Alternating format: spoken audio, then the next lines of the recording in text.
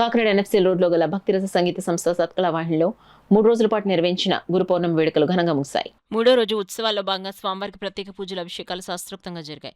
సాయంత్రం సంక్రాంతి మంజరి సంగీత కళాశాల విద్యార్థులచే ప్రిన్సిపల్ పావని గురువర్యులు కూచి భాస్కర్ రామం సారథ్యంలో సత్కళవాహిని వ్యవస్థాపక కార్యదర్శి డాక్టర్ ఈవి కృష్ణమాచార్యుల ఆధ్వర్యంలో సంగీత కార్యక్రమం జరిగింది.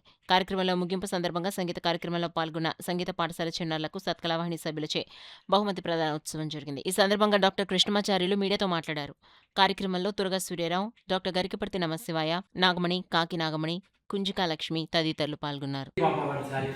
సత్యసాయి చాలీసా వంటి కార్యక్రమాలు అత్యంత వైభవంగా చేసిన పాటు హనుమాన్ చాలీసా విజ్ఞానం కూడా నిర్వహించి సత్కళవాహిని నిర్వహిస్తున్న మంజరి సంగీత కళాశాల కూడా ఒక దృక్పథంతో ముందని తీసుకెళ్ళి దాదాపుగా 200 మంది పిల్లలకు పాటలు పోటీలు మరి విద్యా నైపుణ్యతలు సంగీతం ఇతర కళాత్మక రంగాల్లో మనం తయారు చేస్తూ ముఖ్యంగా పర్యావరణం మీద కూడా కొన్ని మంచి గీతాలు దేశానికి అందిస్తూ మేము పుష్పించలేమండి.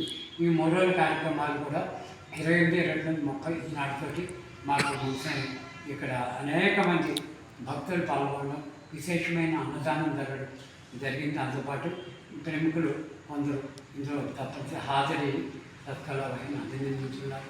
అలాగే పట్టణ ప్రజానికి అందరూ కూడా ఈ గురు పౌర్ణమి శుభాకాంక్షలు, శుభాశిక్షలు అందజేస్తూ మరి త్వరలో మరిన్ని కార్యక్రమాలుగా శ్రావణ మాసం రావడం సందర్భంలో మరి కొన్ని ఊళ్ళల్లో, కొన్ని ఇళ్లలో భక్తి కార్యక్రమాలు, హనుమాన్ చాలీసాలు, అలాగే 9వ తారీఖున ఆగస్టు ఈ యొక్క సత్కళవాహిని కళావేశమైన సీతారామ స్వామి కళ్యాణ మహోత్సవాన్ని జరపడం జరుగుతుంది. ఆగస్టు 15 స్వాతంత్ర దినోత్సవ వేడుకలతో పాటు అనేక కార్యక్రమాల్లో సత్కళవాహిని మరి కాకినాడ ప్రజలందరూ కూడా సంగీత పరంగా, ఆధ్యాత్మిక పరంగా, కళాత్మకంగా అందరినీ ఆహ్వానిస్తూ అందరికీ కూడా హృదయపూర్వక నమస్కారం.